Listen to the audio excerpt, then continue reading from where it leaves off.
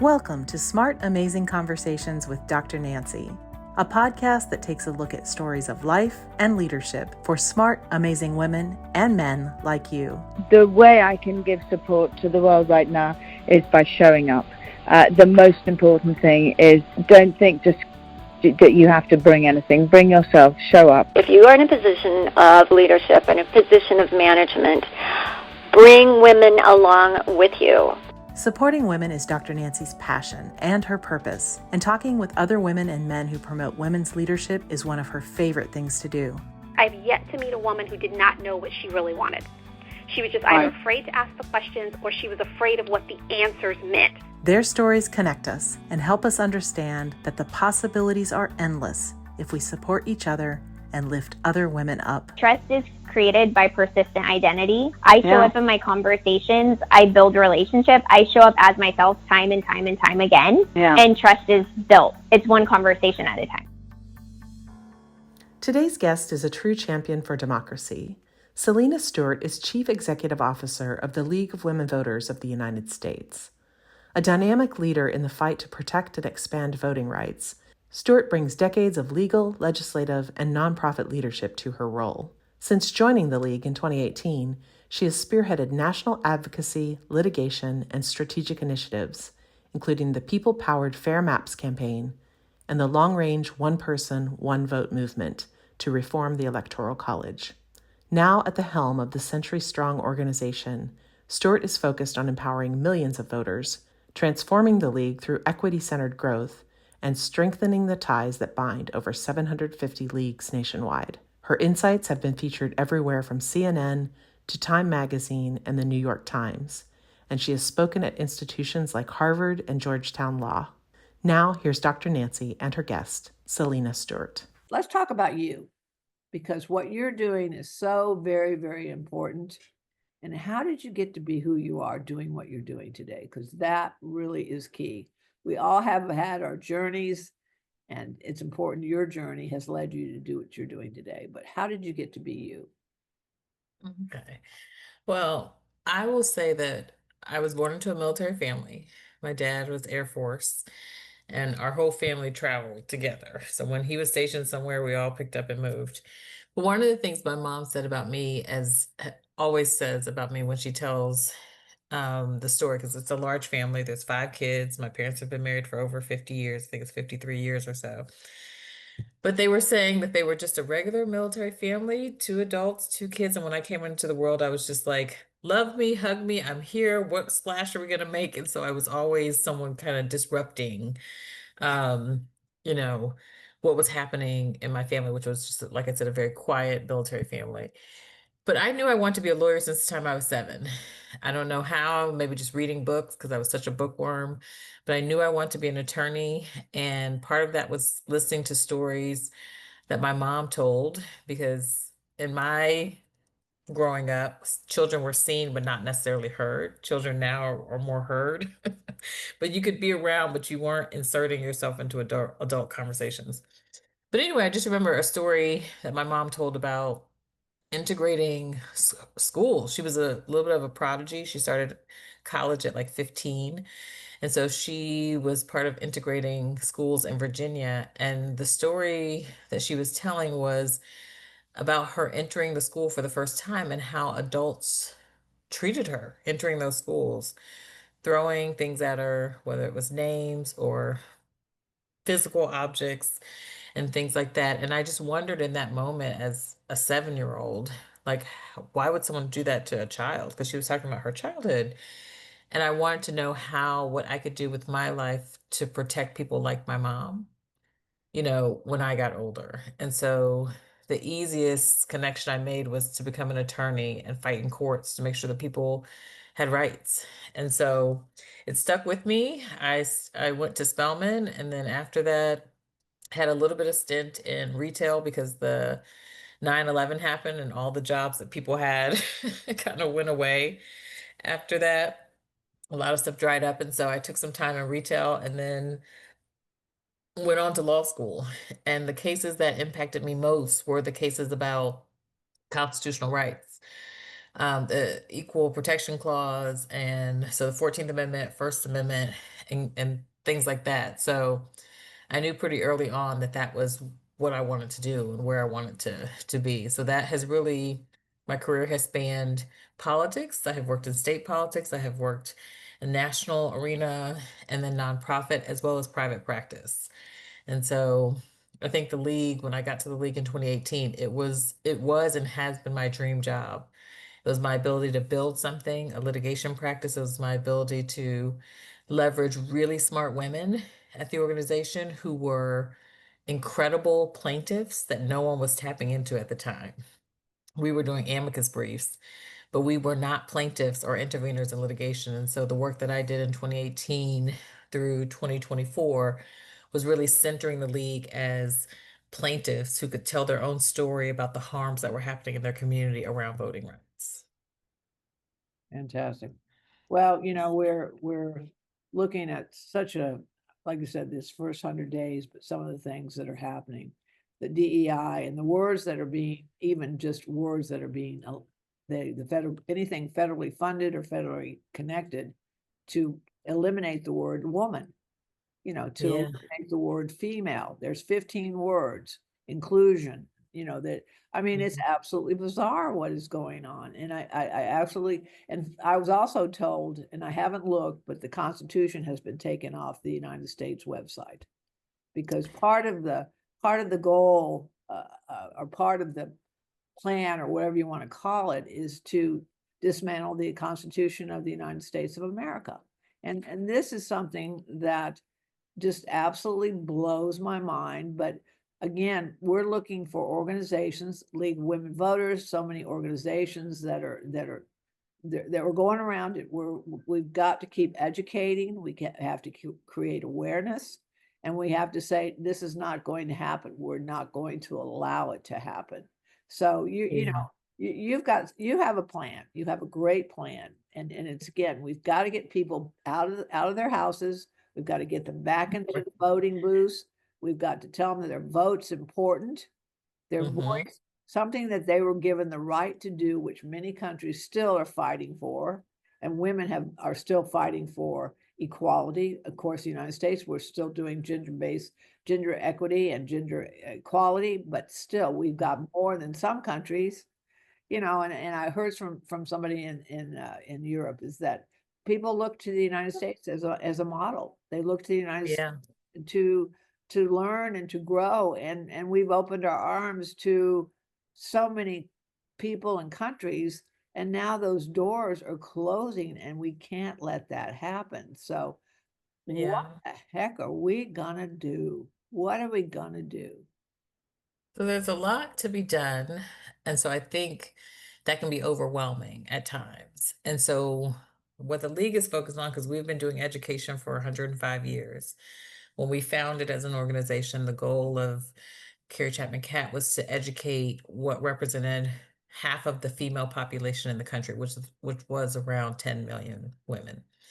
And so that was really a gallant and like huge goal, considering that was in 1920. There was no social media. There was no, all of the tools, so many of the tools we use now just weren't in place. People don't even have phones in their house anymore. Some people do, but a lot of people just have a cell phone. So the world has changed quite a bit. But these women were so innovative. They would use their social circle. So when their husbands were having parties or when they were going to parties at fellow coworkers' house or their husbands' coworkers' houses, and you have that moment where women kind of do their thing and men kind of do their thing, they would use that opportunity when the women were gathered and hand out pamphlets that were stuffed in their bustiers or in their pockets and say, hey, we want you to know about this issue that's going on in our community, and we want your husbands to vote this particular way. We want to enfranchise women. And so it was really savvy and strategic what they did, even back then, using the resources and the access that they had to influence. And so I think as we fast forward to the first 100 days of the Trump 2 administration, I'm grateful that we still have a democracy to speak of after 100 days. There was a plan to dismantle it in 100 days. That was not successful. I think that is something that we have to celebrate in this moment. Yeah. And so, and it came down to people, sometimes in some spaces, people were slow to wake up. I've heard people talk about particularly Congress, and how they feel like Congress is not standing in their power in this moment. And I've been having conversations with members of Congress. We were just on the Hill last week and visited more than 500 offices where we were talking about the importance of standing in this moment and their Article 1 authority and what it meant to do that. And, there were I think some productive conversations, some unproductive. It's just what's going to happen. But the reality is that we still have a democracy to speak of. People are starting to wake up, and we have to take advantage of that. But what the league is working to do, we launched on day 101 of the Trump administration our Unite and Rise 8.5 campaign. So it's only the second time in our history where we have had a campaign to reach a particular number, a multi-million individual movement.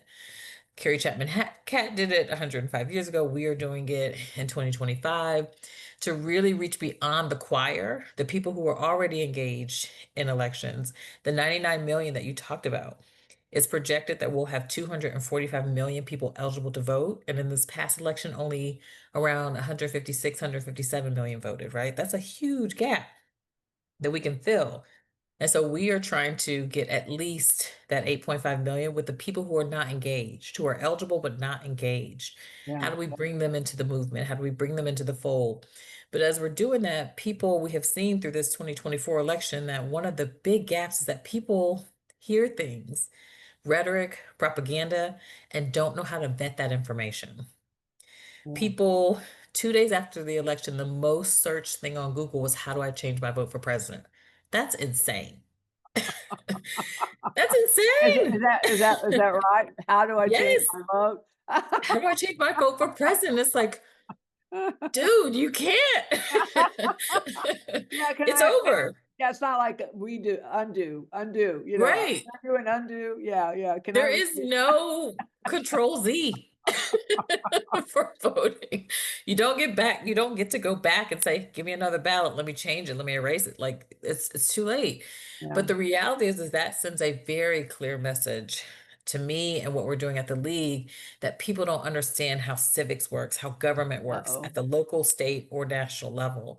And so there's a huge opportunity to share not only accurate, factual information to combat some of the egregious, widespread mis and disinformation that's happening across the country, with accurate information, educate people, because I believe, and I think some parties don't believe this, but we believe at the league that Americans know what they want.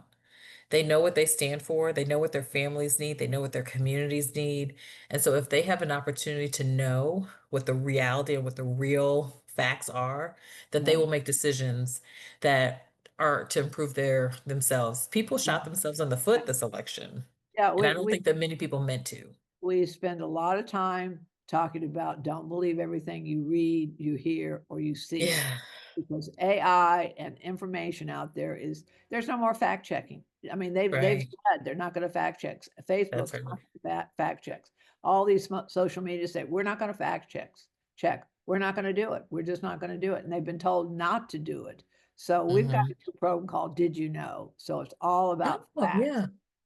Did you know? So we've got to get information out there and just continue to say, this is factual information. It's data that's proven, it's scientific, whatever it is. But yes, here's what you need to listen to, read about, and see. So it's so very important now. So how's that going? I mean, like I said, people saying, I want to change my vote. Or maybe people saying, I wish I'd voted. I wish I'd voted. And it's a little hypocritical that people are feeling that way. But so I know this program Unite 8.5 came out May 1st, and so where you at? I mean, it's brand new, but you've been working on it forever. But it's an official program, so we want to join and we want to get on board. But what's going? You've only been up and running a few days. I know. I'm excited to be a part of that, but how's that going? Yeah, it is new, but we are very excited. The first 100 days, we were really focused on defensive action and pushing back on some of the horrible things coming out of the administration. But now we are shifting, like, how can we build the movement and the democracy that we want And people are deeply inspired by that, is what Yeah, we're seeing so far with absolutely. people, the excitement that comes from it, with people knowing what they can do, what their part is, Yeah. because there's so much information coming at people, it's overwhelming. And that's what it's intended to do. It's intended to overwhelm, shock people into Chaos and stopping and fear. freezing. It's always Yeah, been chaos and fear. Chaos and exactly. And the shock doctrine is real. I mentioned this in a press release that we did during the 100 days, but it's a wartime tactic that's being deployed on American citizens. And we don't even, some of us don't even know that we are being targeted in this way and meant to overwhelm and stop us and make us freeze from acting. But action yeah, is the only thing that will get us out of this. yeah, Showing up, mobilizing, etc. So what we are doing different in this campaign is we will be doing 90-day sprints. We will be doing 6 of them between now and November 2026, but they are 90 days of targeted activity in community, so hyper local activity that mirrors and bolsters what we're doing at the national level.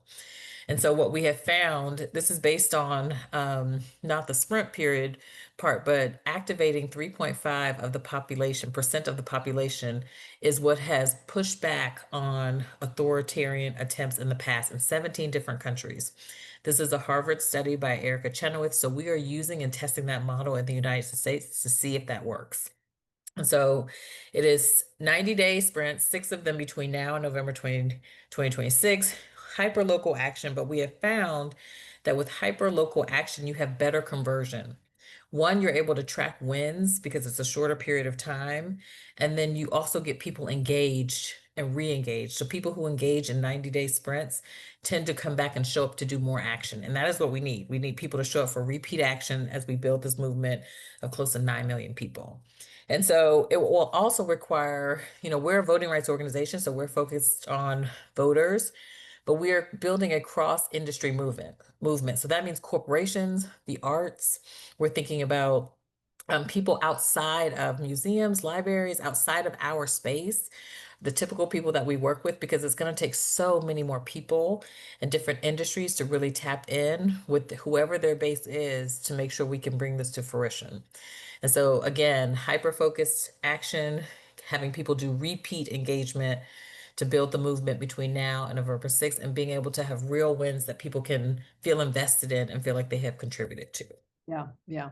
And I think number one, you hit the nail on the head, is that people don't know what to do. So we've got to give them the action plan, what they can do, can do simply, and what they can do in their own communities.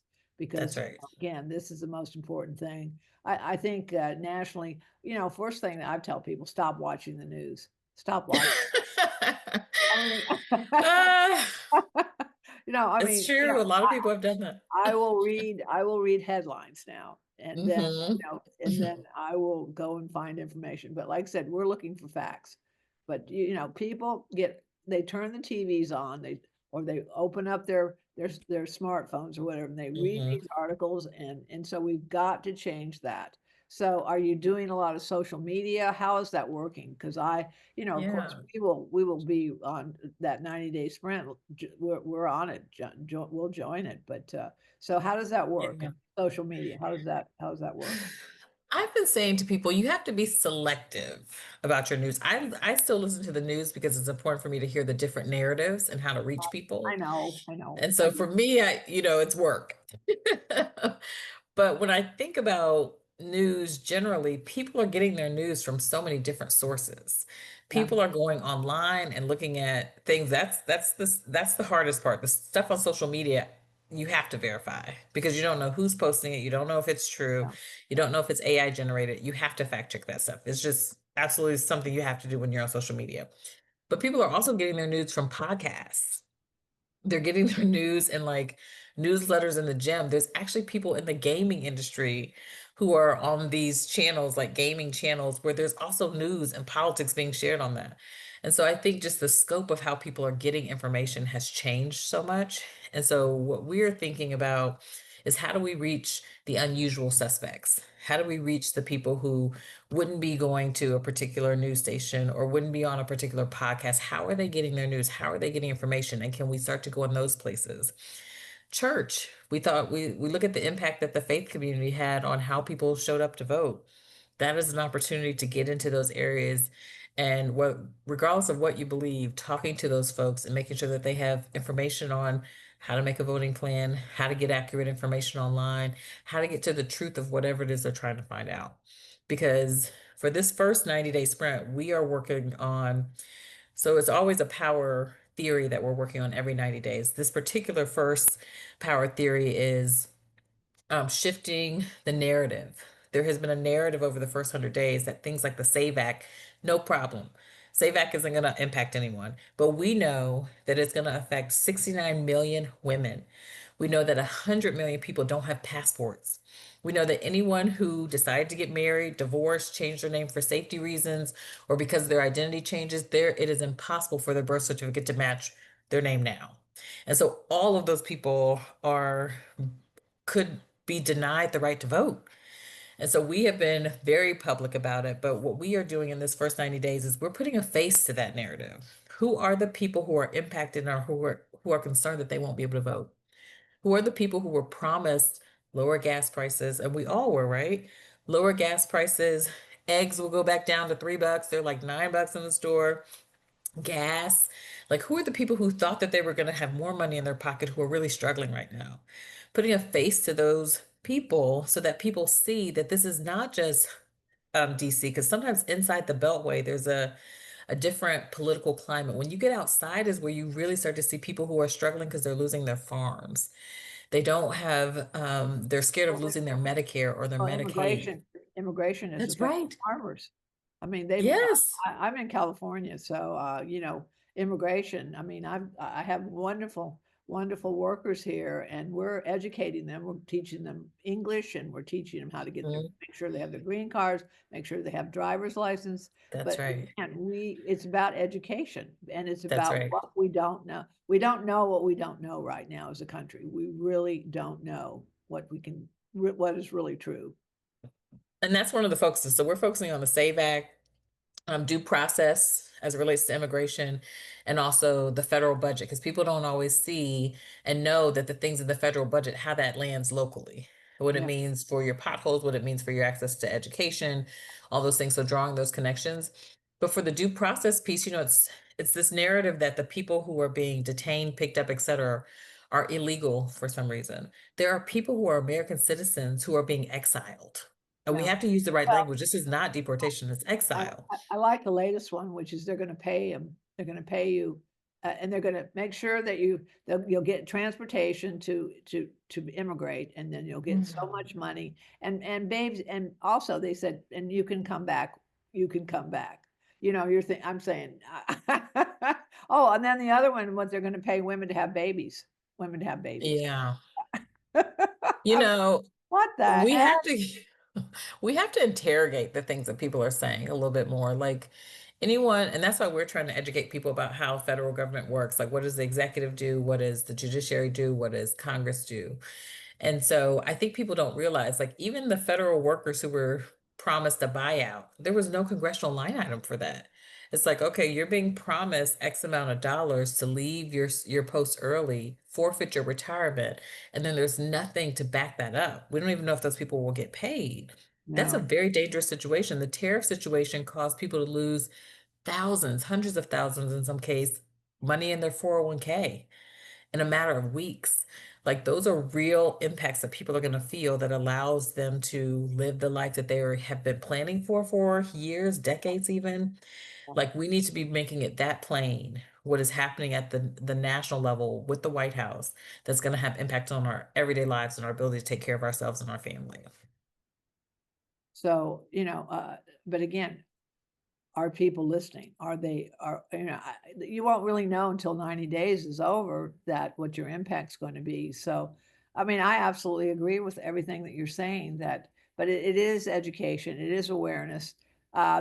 We do have some elections coming up, and hopefully there'll be some changes and some people, I'm bipartisan. I always vote for that I believe is going to make That's right. Same. the greatest impact and the greatest change in our country, or continue to protect those rights, And well, we've seen some wins, right? Wisconsin Supreme Court race, that's a candidate who really believes in making sure people have equal access to courts, who have equal access to being heard, and due process is a priority for that judge. And then also the recent one in North Carolina, there was a fight between Allison Riggs and the Judge Griffith as well. And the court came down and said, you have to honor the votes of North Carolinians, and ruled in favor of Allison Riggs, who had legitimately won by, I think, 60,000 votes or something like that. But they tried to throw out military votes to and say that, they needed an ID. Like, how do you send your ID overseas when you're stationed?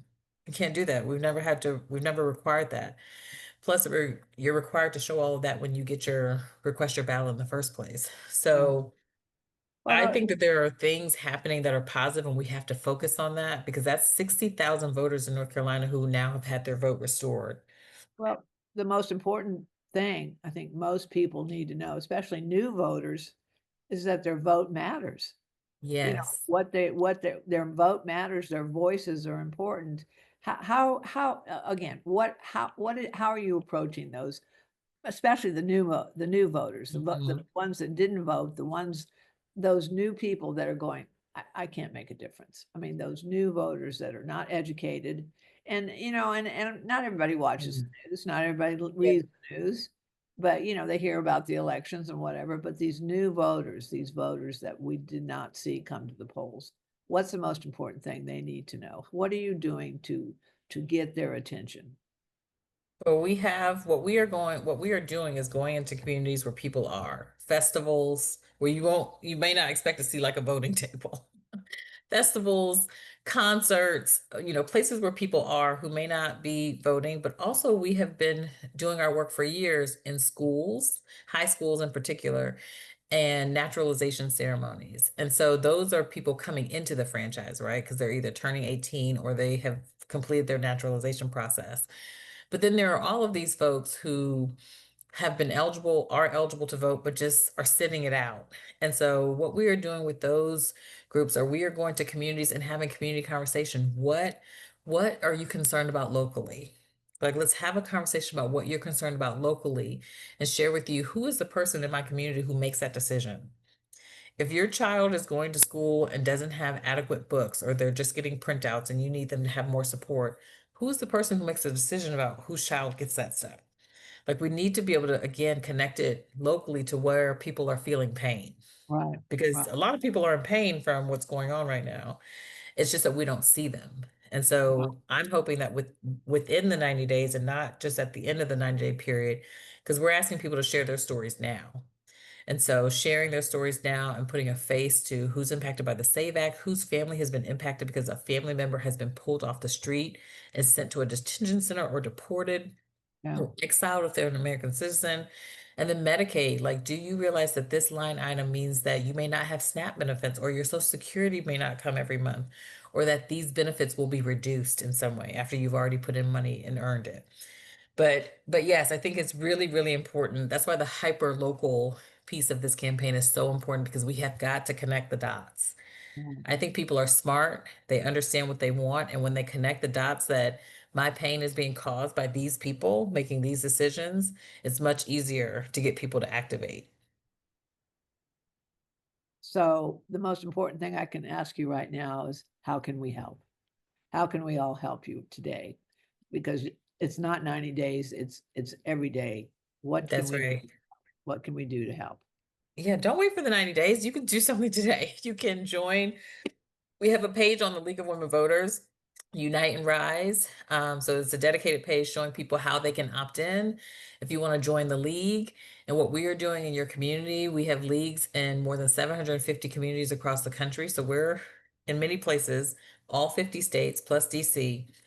But it also gives people who are not part of the organization but still want to engage ways to engage, whether that is signing on to an action alert, so getting your voice heard, showing up at a protest in front of a federal court who may be dealing with one of the due process issues, or if your governor is not saying anything about people who are in the state being impacted, how to write an LT. We have templates for that, so you can just plug and play, make it very easy for people who have never done this before, who are not engaged in this way. But templates actions that you can do. And literally there's an activation guide for this 90 days, every 90 days, where it's just a checklist. I can do these 6 actions on my own or join the league if you want some camaraderie, but we try to make it very easy and accessible for people to plug in. Understand that everyone's schedule is busy. You don't know, how people can plug in. It may be activity or money or resources, but lots of ways to engage. So how do I get it? How do I get this? How do I get this today? How do I get it? Yeah, go to lwv.org, Unite and Rise, and you will see our page there that has clickable links. You can do it from your phone or from your computer to click. You can print off the action guide. You can also click on action alerts and take actions right then. And so, yes, lwv.org, Unite and Rise /Unite and Rise. Well, we've got some work to do, and we've got to get it done. We can't put our heads in the sand. This is the wrong time for people to think that they can't do anything, because when we join with one another and we support each other, anything is possible. Well, I really, this is a wonderful, positive program. So very needed. Women Connect for Good and all the different organizations we're involved with. We will get this information out. So we'll continue success, and it's just exactly what we need right now. But by golly gee whiz, we have got the vote in this country. Women have the vote in this country. Young people That's right. vote. And by golly, you better go out and use your vote, because it's important, it's valuable, and we need everyone to use that privilege. It's a privilege. We've been entitled and privileged to have that vote. So it's very, very important. Well, any last words you'd like to leave us with as far as what your hopes and your expectations and what your goals are? Anything? Yeah. Just know that you are part of the solution. You as an individual, anyone who's hearing what we're talking about, and we encourage you to share so other people can hear and know what they can do too. But we've seen polling of people. There were these focus groups that had 2 Democrats, 2 Republicans, and 2 unaffiliated voters, and about 20 or more focus groups. What was unanimous across all the groups is that people understood and agreed that there's a threat to democracy. What people did not agree on is how they were part of the solution. So there was a disconnect between knowing there's a threat and understanding what people can do to address it. And so this campaign, I hope, gives people actionable things to do to be part of the solution. And so I would say continue to watch the League of Women Voters page, continue to listen to this amazing podcast with smart women, a smart woman who is giving amazing information. But yes, let's get this done. Let's take our country back and make sure we build the democracy that we all deserve. We're not finished, and we're not done, and we're going to go around this issue. I mean, around this situation. And you're right. More and more people are going to wake up and go, "Oh my gosh, what can I do?" And so we're going to give them something they can do. Celina, thank you so much for your energy, your passion, your purpose. It's been delightful talking to you, and continues. And let us know how we can continue to help, because we will be in touch. Do that. Have a wonderful day. Thank you so much. Thank you. Bye-bye. Bye-bye. If you enjoy these smart, amazing conversations, please subscribe, rate, and review them on Apple Podcasts, Spotify, Amazon, or wherever you listen to your favorite podcasts. And read and enjoy more amazing stories in my books, In This Together, How Successful Women Support Each Other in Work and Life, and Leading Women. 20 influential women share their secrets to leadership, business, and life. Thank you for listening.